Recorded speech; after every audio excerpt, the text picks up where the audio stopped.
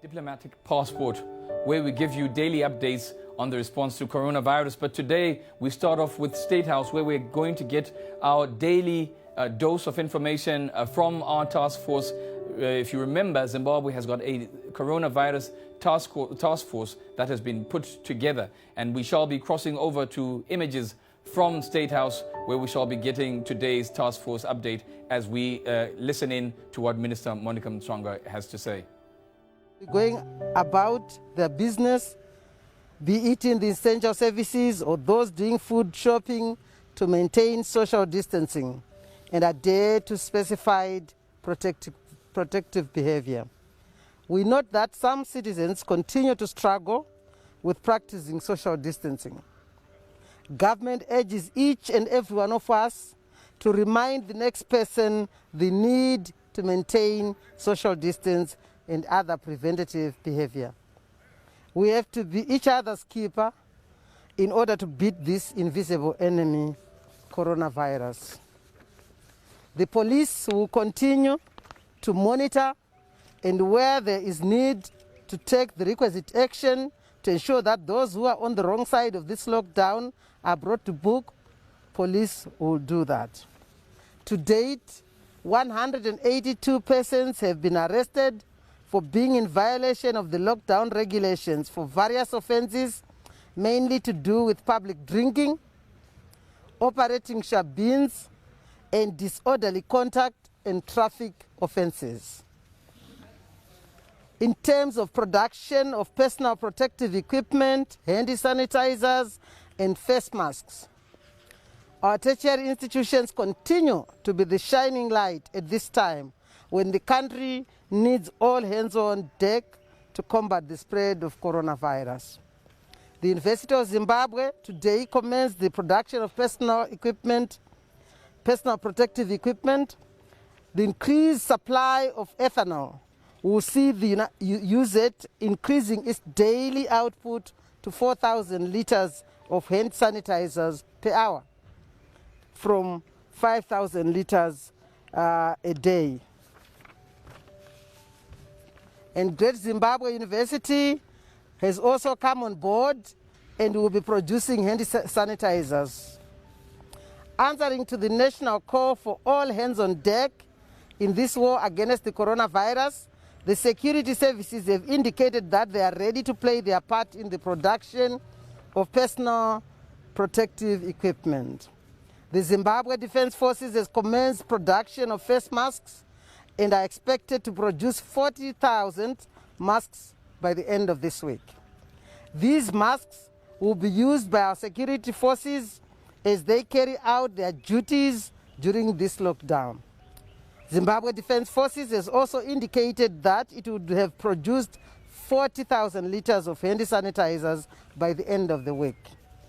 The Zimbabwe Republic Police has confirmed its capacity to produce face masks, and it is expected to begin production soon. On drugs and medicine manufacturing,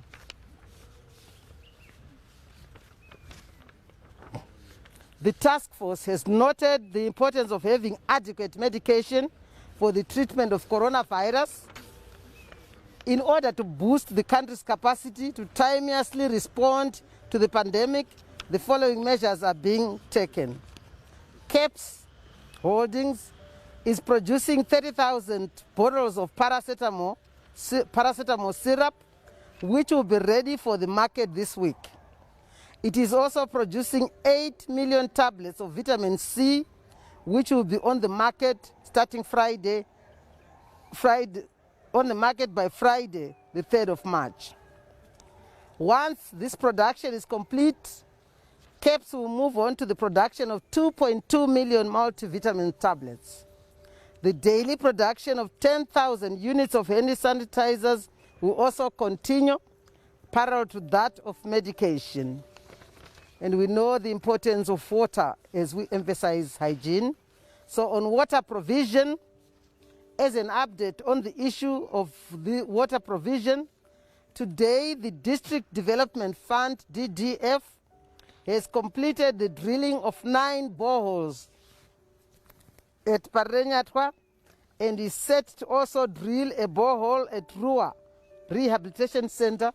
And this is at this center where children living and working on the streets are being sheltered during this lockdown. Furthermore, government has received a donation from local corporates in the form of 10 Bowsers, which will be used to ferry and provide water for hotspots in Harare and Bulawayo. And lastly, I would like to talk on the disinfection of urban centers. Government has welcomed a donation by Fossil Agro of hydrogen peroxide, which will be used to disinfect our major cities and towns under the supervision of the Ministry of Lands, Agriculture and Water. Government welcomes farmers in areas surrounding Harare, Bulawayo, Beitbridge, Mutare and Gweru who have volunteered their boom sprays, which will be used to disinfect high population areas in our cities. Copacabana terminus in Harare today was disinfected. This is the information I would like to bring to you, the population of Zimbabwe on the lockdown. Please stay safe, stay home, and maintain social distance. Have a good night, and God bless Zimbabwe. Thank you very much, Honorable Minister. At this point, I think. Sorry. At this point, I would like to. Yeah, I would like to possibly give an opportunity to the Minister of Health and Childcare to talk on the issues which are more technical when it comes to this disease and what developments are there. Yes, thank you very much. Good evening, Zimbabwe. You know, today we had a long day. We worked very hard, and I want to advise everyone that, as I said yesterday, we now have a combination of imported cases into Zimbabwe and also local transmission. So this meant that there had to be this lockdown. The lockdown is for your benefit as a Zimbabwean. We're trying to make sure that we do not get more victims of COVID-19. COVID-19 is a destructive virus, and it chooses, it does not choose. It will affect anyone, irrespective of color, creed, or status. And therefore, it is essential that we all maintain the lockdown guidelines. And we are very happy, as has been reported by my colleague minister, that Zimbabweans are taking this issue seriously. We really want you to take this matter seriously. This is a very serious matter which requires us to save our lives.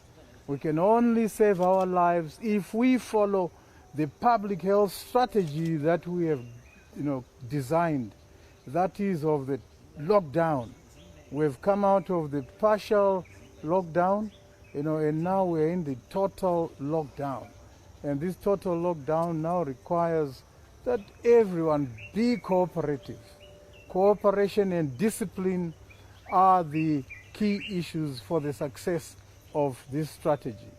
I also want to indicate that we have continued testing. We are not going to stop the testing. We shall continue testing irrespective of people being in their own homes. We have come out, there are people who have come out, like for instance today, I can gladly indicate who was status today, right? We had a very big number. Let's start with yesterday. Yesterday we tested 33 people.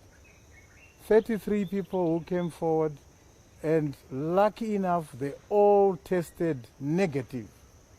So we shall be giving these results correctly, accurately, without any means of giving false results. We shall give them as they are, as they come out.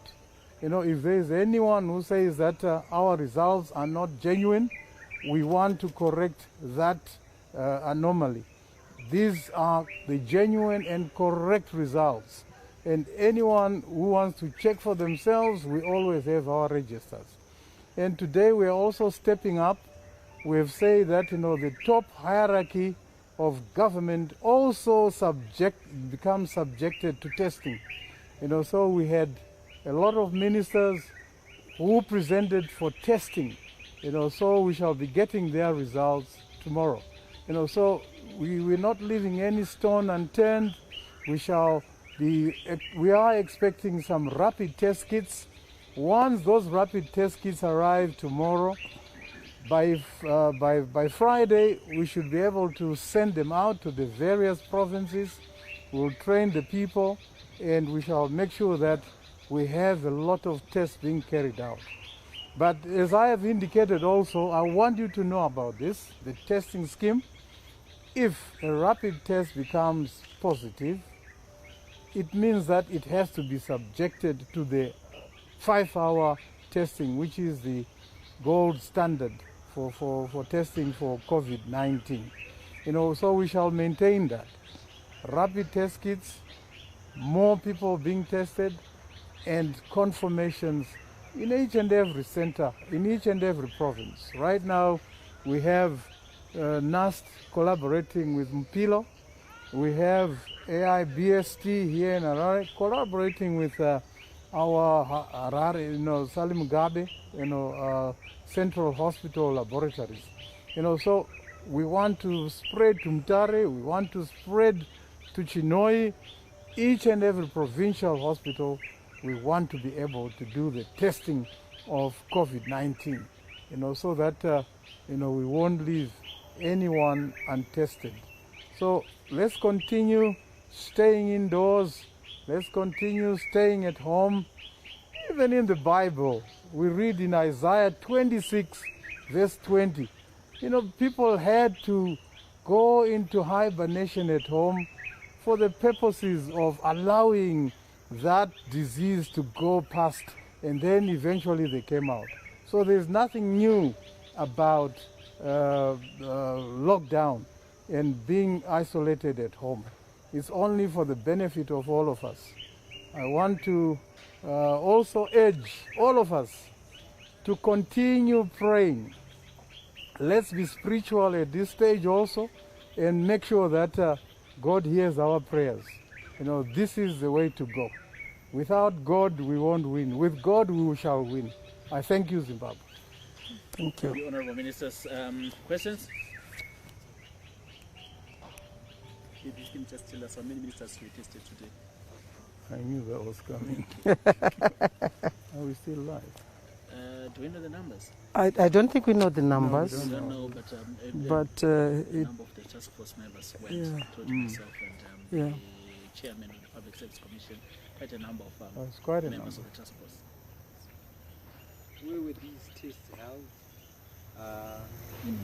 We've got a clinic here. clinic here. Oh, here. Yes. You want to come too, Taku?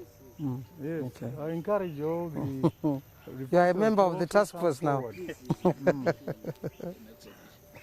Any questions? Anything points you need clarity? Honorable Minister of Information, you may need to speak to the issue of people saying the president is positive to COVID. I know it was supposed to be an April Fool's prank, but we may need to inform the nation through television that it's not true. And that there's a law, obviously. There is now a law which was promulgated to actually make sure that those who spread fake news on social media can actually be criminalized. And imprisonment. 20 years. Yes, 20 years imprisonment without even an option of a fine. And I want to say to Zimbabweans, this is not the time to joke about such a very threatening disease. Our president is doing everything in his capacity as the leader of this country to make sure that we contain this disease. He has availed resources, has come up with a task force working 24/7 to just make sure that we do contain this threatening disease. If it was an April Fool's Day, I don't think April Fool's Day is about joking with life-threatening disease. We really have to be serious about who we are. We need to be respectful of each other, and at least also, you are Zimbabwean. You are also capable of getting this disease. This disease is not for the rich, it's not for the elite, it's not for the poor, it's not for those who are in leadership, but this disease, we can all catch it. So I implore Zimbabweans that let's desist from distributing or circulating messages which create no hope for Zimbabweans, which brings nothing to look forward to. I do not know what one can gain from spreading such fake news, especially where you are implicating the leader of our country. There is nothing like that, and that's fake, and we need to throw it away. Thank you. That's just for questions. If none, Honorable Ministers, I would like to thank you very much for bearing with us. I know you're tired. It has been a long day. Thank you. Members of the media, Thank you, members of the media. Nemo maneta, ndidi. But baskata pa mama kazorora kunyebe. Well, welcome back to Diplomatic Passport. We were just at State House where we're getting some quick updates on the state of our country with regards coronavirus. There from the Minister of Health and Child Care, Dr. Obadiah Moyo, and the Minister of Information, Mrs. Monica Muchangwa. Diplomatic Passport continues in a moment, and in today's edition we are going to have me getting tested. So stay tuned and let's see how this all goes through.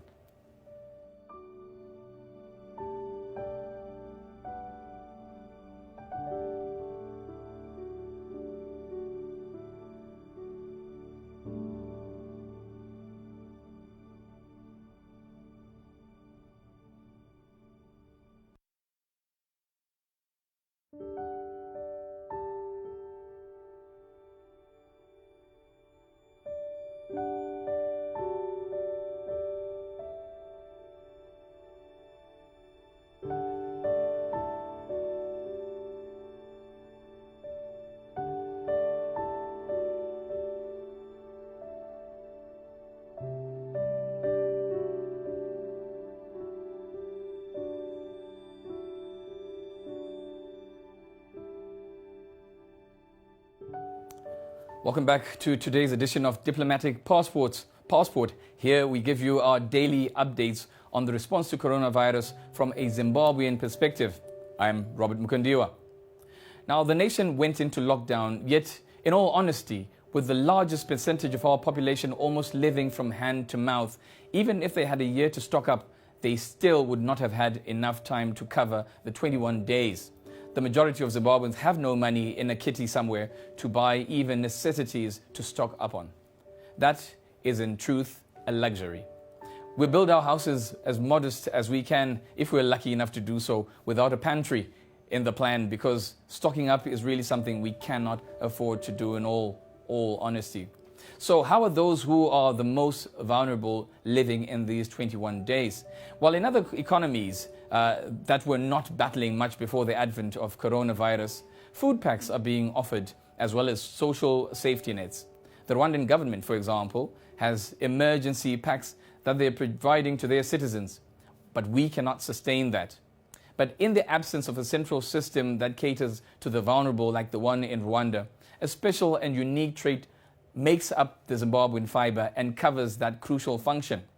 Citizens are turning up for each other and ensuring that they perform acts of random kindness for their fellow citizens, and faith in humanity will no doubt be restored after you see this. Savajge runs an NGO that is helping the vulnerable in society and ensuring that they get something to help them get in and get by during this period of lockdown.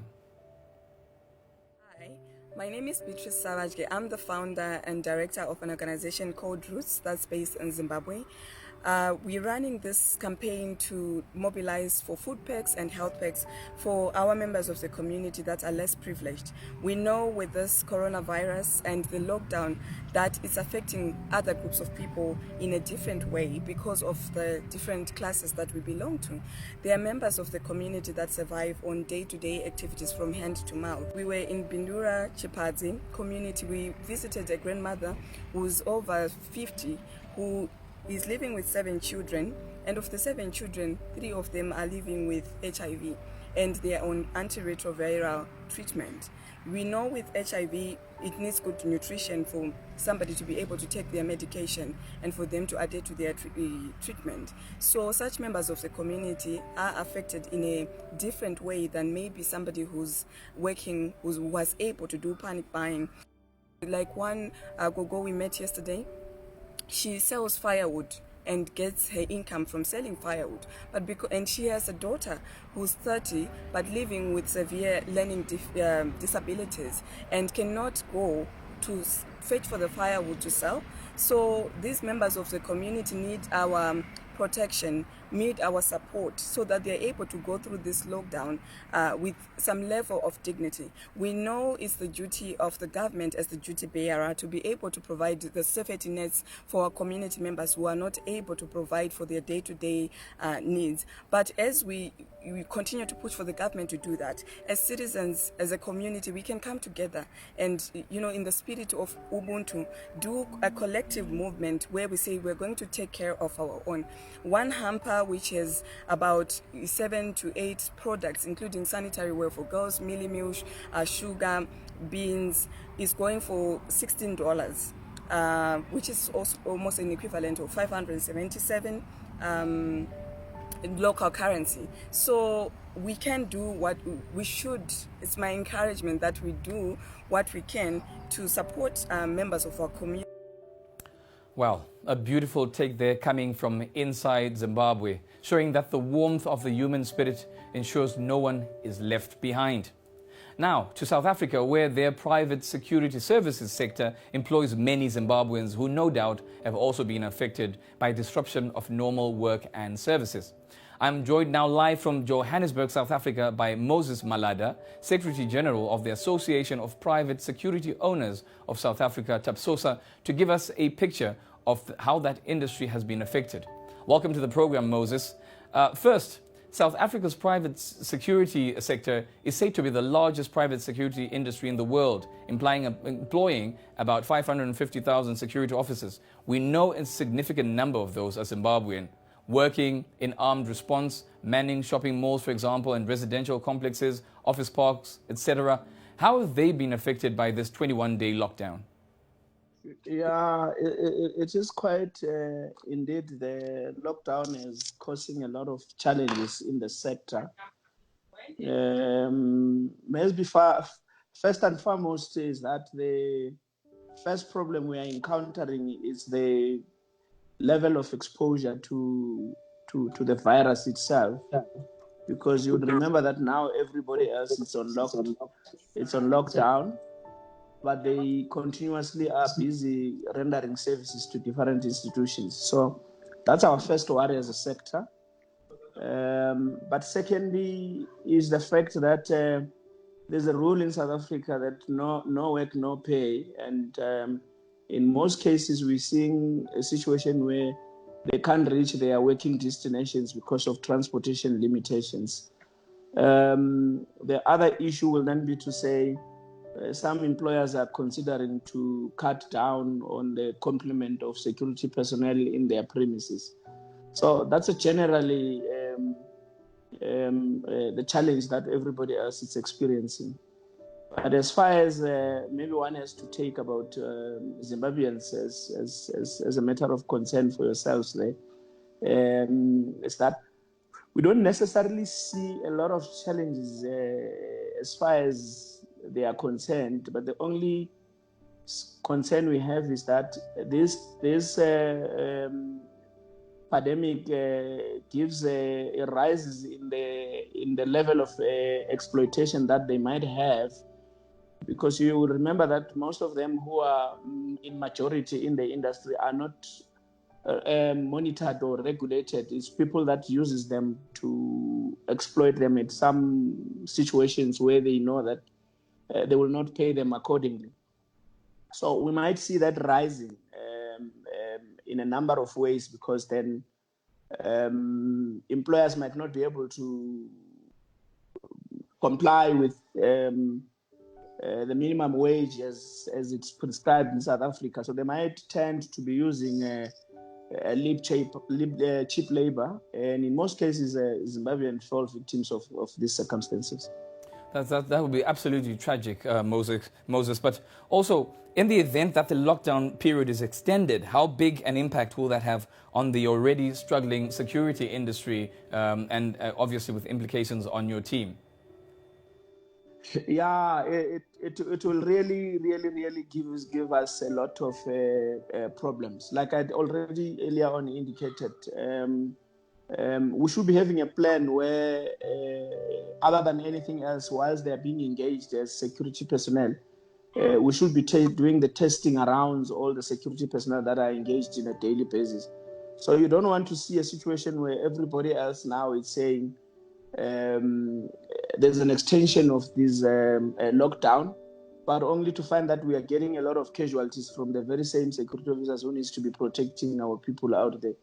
So it's quite a challenge. Would wish that maybe not only for Zimbabweans but also for the South Africans in the industry at large, that we could devise a means where all of them get tested, so that we just have a confirmation in statistics and we are able to deal with the disease.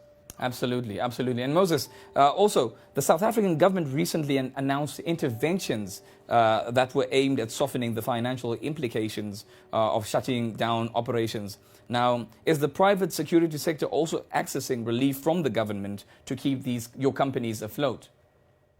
It is not clear as yet, but we are engaging ourselves as a sector to actually try and find out a better explanation of that. Just some few minutes ago, I was listening to the Minister of Labour trying to outline how these things work and the measures that they are putting in place so that people doesn't end up manipulating the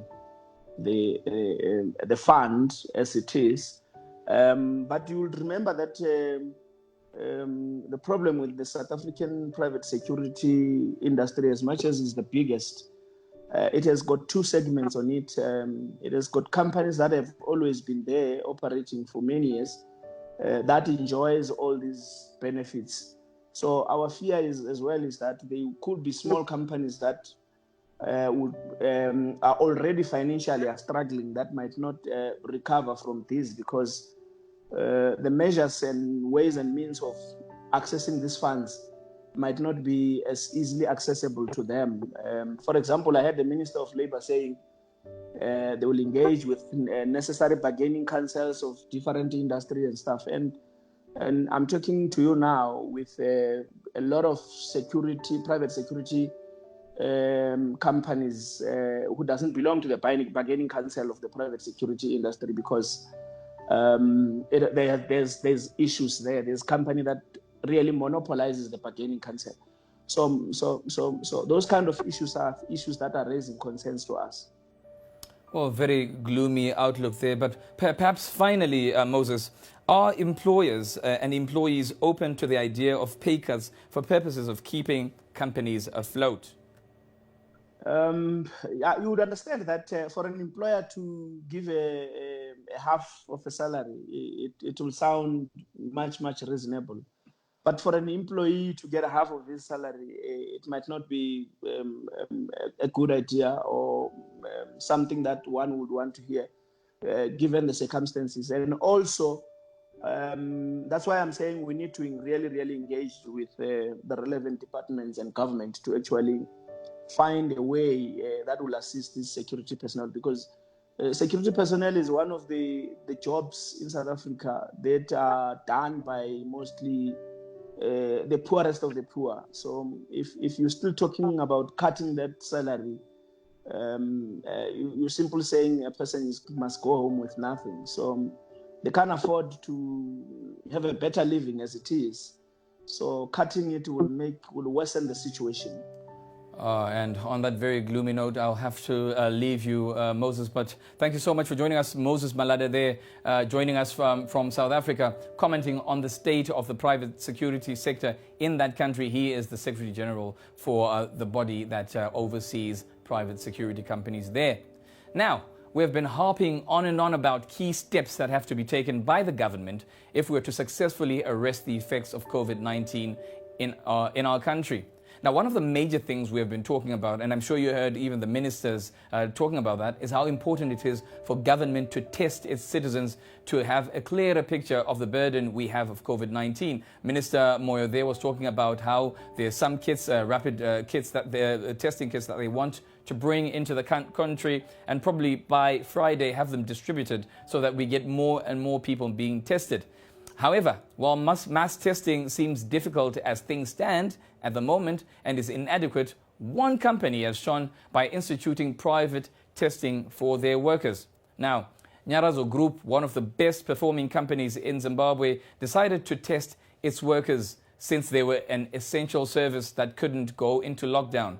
Their funeral services and other hands in their business have to continue operating in spite of the circumstances. And as you would know, there's also Kalundi Care, which is part of their group, which has to continue churning out, for example, furniture and, most importantly, coffins. As dire and dark as this may seem, this is an industry that cannot stop. So, with his key staff, CEO Philip Mataranyika and his team decided to test workers in their clinics to ensure that they are safe, as well as give them private care should they test positive. Kudachat Nakira, their group human resources executive, explains the reasoning behind the program. Robert, as a responsible organization, we approached the Ministry of Health and they referred us to the accredited suppliers where we purchased these screening kits. As human resources, we have a responsibility to take care of the carer. In times like this of crisis, we often forget to take care of the people who are taking care of us. Our bus drivers, our undertakers, our funeral consultants, our client servicing clerks are assisting bereaved families to ensure that they give their loved ones a decent send-off. So we are aiming to ensure that our staff are COVID-free, and we will continue to support them, be it with disseminating information, giving them protective clothing, the hand sanitizers, and the soap. In addition, through our department, Sawira Events and Lifestyle, we have our staff members camping at work. They are then just able to come through to the service centers and go with the families wherever they are supposed to be going. We need to ensure our staff members are COVID-free. We need to ensure that our staff members are supported throughout the process, especially considering they are working in a period where there's a lockdown and they are supposed to be home with their families. Now, I still can't get over the gentleman in that video who was really smiling. I've never seen somebody smile so widely when they're being tested for something potentially dangerous as coronavirus, but he seemed to be enjoying the moment. But however, before they even tested their staff and that gentleman, Nyarazo had a key ally they wanted to test, who they thought was giving an essential service to the nation and should not stop working. Yes, you guessed right, it's me. So hence I went through their testing earlier with the hope that I would not test positive. The following is my encounter, and yes, as I promised yesterday, I will reveal my results right at the end. It all started with the first step, a test of my temperature at the entrance. Heart pounding, I was hoping I wouldn't fall at the first hurdle. I passed, but only just. Testing on my forehead, my fear was they always said I was a hothead. Will the thermometer prove them right? Thankfully not. Now I'm here in Rua, where I've been given the opportunity to join the workers of Nyarazo to be tested for COVID-19. Now bear in mind, I am not asymptomatic and therefore do not bear any symptoms that may suggest that I've got COVID-19. However, I'm just wearing this face mask just in case. You do know that unless you're tending to somebody who is positive or is showing symptoms of being positive, or unless you personally are either positive or showing signs of being positive, you don't necessarily need this. However, today, when we get into the testing area, I'm going to go from start to finish, from the counselor to the nurse to the doctor, and I'm going to be tested for COVID-19, and hopefully after that, I will test negative. However, if I do test positive, then that means they'll have to take me into quarantine. And I don't want that to happen because I really want to continue on diplomatic passport and make sure that I continue giving you information. However, I am assured that this company, should I test positive, is going to take me in and look after me, giving me all the medication that I need until hopefully I take a turn for the better. Now, let's get into the testing area. Fingers crossed.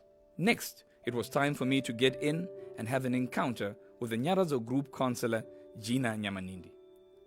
Testing for anything, especially life-threatening conditions, is always sensitive a procedure, and counseling to ensure the subject is ready for whatever outcome is imperative. We interact with a lot of people from different backgrounds, hence the need to keep our staff healthy. So counseling comes in when, before the screening is done, the counselor is there to discuss what COVID-19 is all about, to staff, find out what the staff knows already, and then beef up on that information that they already have. And counseling is important in this aspect, in that it prepares the staff member of the eventuality that this test, the screening may come out positive or it may come out negative. Hence, the counselor is there to walk through the steps with the staff member so that they are psychologically prepared for the screening if it comes out positive or even if it comes out negative. As soon as they were sure I was up for the test, it was time for me to go through the procedure. The company doctor, Taurai Chipamaunga, was waiting for me, but first, a word from the nurse, Nurse Florence. As Nyaradzo Group, we are happy to be part of the awareness campaign that has been rolled out by the government as well as our company. We are proud to have our clinic at Nyaradzo, where we offer comprehensive care to all our employees. We continuously encourage our employees to wash their hands with soap and water, as well as to sanitize with the available sanitizers that we have given to them. Dr. Chipamaunga spelled out what he would be doing in the process. Our screening program, it starts with a questionnaire. Basically, with the questionnaire, we're asking you signs and symptoms. Do you have a cough? Do you have a fever? Do you have shortness of breath and other things? If yes or no. Then from there, we ask about any travel history. Have you or your family members or your dependents or people you stay with traveled outside the country for the past 14 days? And we also then ask that is any of your family members, dependents, or people you stay with have tested positive for COVID-19 or are being investigated for COVID-19. So that is the questionnaire that you start off with. Thereafter, we then do your temperature check. We check your temperature using non-contact thermometer. After checking your temperature, we then go ahead and do the prick test, the rapid test kit. We'll just prick you, get a drop of blood, then wait for 10 to 15 minutes using the reagents that we use to give us a result. After getting the result, we call back the employee, we discuss the results with them, we counsel them, and we teach them also to continue with good hygiene. After a grueling and long wait, as my life and all the fist bumps, handshakes, and passionate hugs I've ever given flashed before my very face, it was time for me to make that walk towards the moment of truth. Heart beating fast, Nurse Florence had good news. Robert Mkondiwa is officially COVID-19 all clear. Following that process, I had to make post-testing counseling and was officially test subject number 1 in the Nyaradzo coronavirus testing regime. Well, you would think I'm a drama queen, but if you tested COVID-19 negative, you too would be having a spring in your step. Well, it certainly was an interesting experience, and we congratulate that organization, Nyaradzo, for breaking fresh ground in the responsible corporate citizenship realm with regards to coronavirus. However, if your organization or company is also doing something unique to ensure that we fight coronavirus successfully as a nation, don't forget and hesitate to hit me up on Robert Mkondiwa at ztn.co.zw or on my Twitter handle at Zimrobbie, that's ZIMROBBIE, where government cannot cover, corporates should step up to the plate and assist. Because certainly our government, as they have called, they really need the help of everybody. And I recall those words that Minister Mchwangwa continually repeats: all hands on deck. Indeed, we need all hands on deck. Now, finally for the day, a little warm story. Now, a 101-year-old woman who contracted coronavirus in the Netherlands has recovered, offering what her hospital said was, quote, a spark of hope. The woman, whose name was not released, was admitted to the Iceland hospital near Rotterdam a week and a half ago with breathing difficulties and tested positive for coronavirus.